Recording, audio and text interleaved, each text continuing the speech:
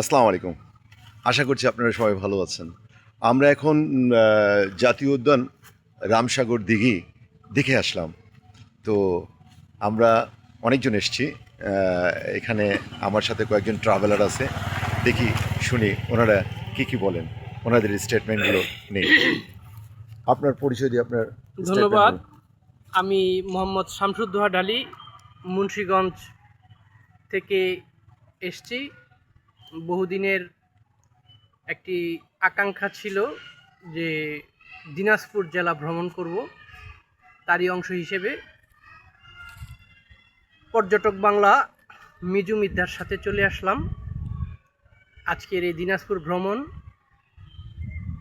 একটি চমৎকার সময়ে আমরা দিনাজপুরে এসেছি, যেটি মৌসুমি ফল অর্থাৎ লিচু, এটার একটি মৌসুম। এবং এখানে আমরা অসংখ্য বাগান দেখেছি যেখানে লিচুতে ভরপুর।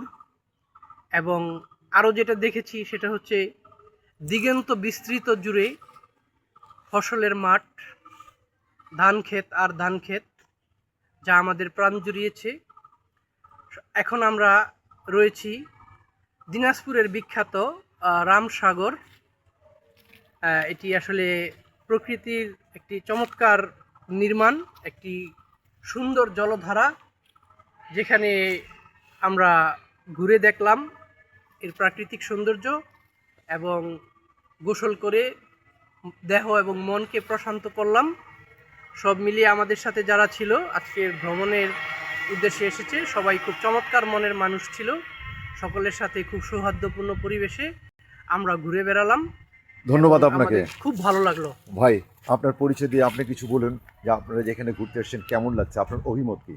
আসসালামু আলাইকুম। আমি মহিদুল ইসলাম জয়, বগুড়া থেকে এসেছি। 64টি জেলা ভ্রমণের জন্য একটা ইউনিটি, সেই ইউনিটির মাধ্যমে আসলে আমাদের বাংলাদেশটা প্রকৃতির সৌন্দর্য একটা নীলভূমি। আমরা যেখানে আছি সেই জায়গাগুলোই শুধু আমরা উপভোগ করতে পারি।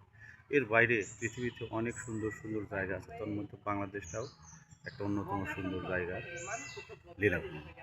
সেই সৌন্দর্য প্রকৃতির সৌন্দর্য অন্বেষণের উদ্দেশ্যে আজকে আমরা দিনাজপুরে এসেছি।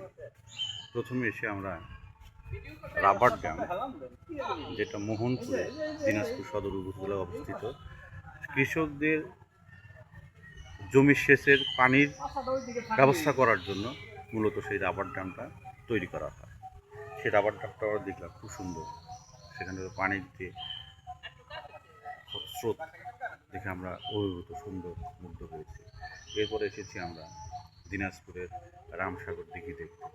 দিঘিটা খুবই সুন্দর, ভালো লেগেছে। এখানে আমরা গোসল করেছি, আনন্দ করেছি, হইচই করেছি। এবং এখানে যারা আসছি আমরা সারা বাংলাদেশের বিভিন্ন জেলার অনেক ভাই ব্রাদার এখানে এসেছি।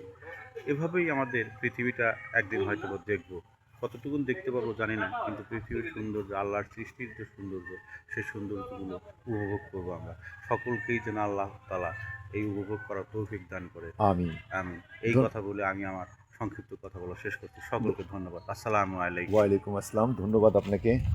এখানে আমার আরেক আঙ্কেল ট্রাভেলার। আসসালামু আলাইকুম। বলুন আপনার অভিমত কি, এখানে ঘুরতে এসেছেন কেমন লাগছে? প্রথমে শুকরিয়া জ্ঞাপন করছি মহান রব্বুল আলমিনের।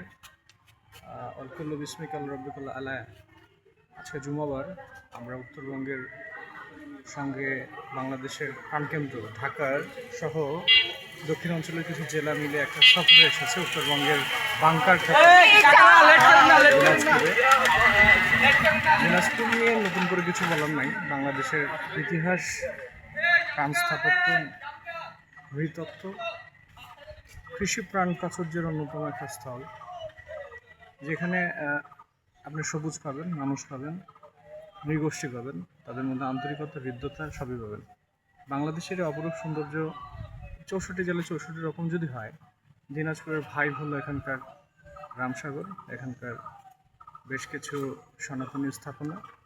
আমরা একটু পরে হয়তো বা কান্তজিটা যাব, এটা প্রায় 200-300 বছর বা তারও বেশি পুরনো।